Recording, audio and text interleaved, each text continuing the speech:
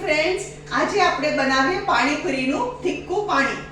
એના માટે સામગ્રી જોશે: અડધો જુડો ફુદીનો, 2 ટેબલસ્પૂન કોથમરી, આટલો સંચલનો ટુકડો અને 2 લીલા મરચા. અને બીજી સામગ્રી જોશે પાણીપુરીનો મસાલો. હવે સૌથી પહેલા આપણે શું કરવાનું, આ સંચલને પીસવાની જરૂર નથી. એને હું આ તપેલીમાં નાખી દઉં છું ને એની અંદર પાણી નાખી દઉં છું, એટલે સંચલ આપોઆપ પીગળી જશે. અને હવે આપણે મિક્સચરમાં આપણે પેસ્ટ બનાવીએ. આ ફુદીનો, લીલા મરચા, કોથમરી બધું એક સાથે લઈ લેવાનું. આ એટલું સરસ લાગે ને, અને તમે છે ને આ કન્ટેનર ભરીને ફ્રીઝરમાં બી સ્ટોર કરી શકો, અને જ્યારે પાણીપુરી ખાવી હોય તો ઇન્સ્ટન્ટ તમારે પાણીપુરી થઈ જાય. આમાં થોડુંક પાણી નાખું છું, બહુ પાણી નથી નાખતી. મેં 5 કપથી બી ઓછું પાણી નાખ્યું છે. હવે આપણે આને મિક્સચરમાં ગ્રાઇન્ડ કરી લઈએ.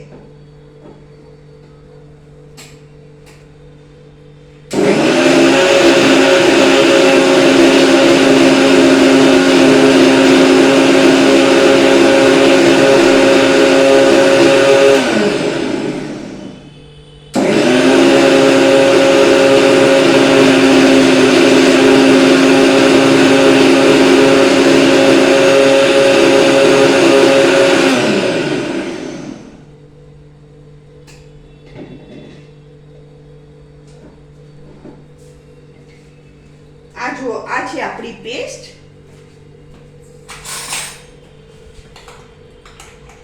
ધીસ ઇઝ આ પેસ્ટ.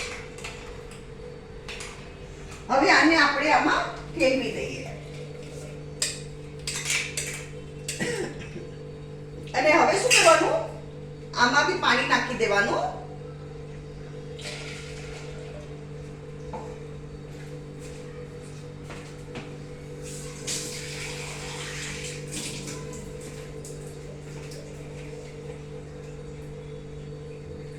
આ બધું આપણે આવી રીતે વોશ કરી લઈએ.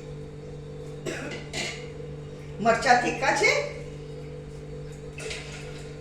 તમે જેટલું તીખું ખાતા હોય ને એટલા મરચા તમારે લેવાના.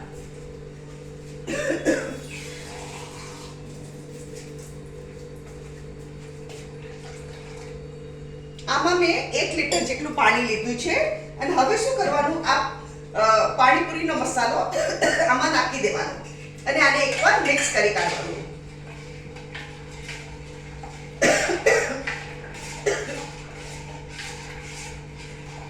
ગળામાં તીખાશ વહી ગઈ.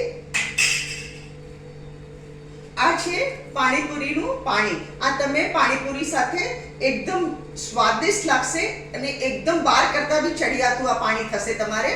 અને તમે આને ફ્રીઝરમાં બી સ્ટોર કરી શકો છો.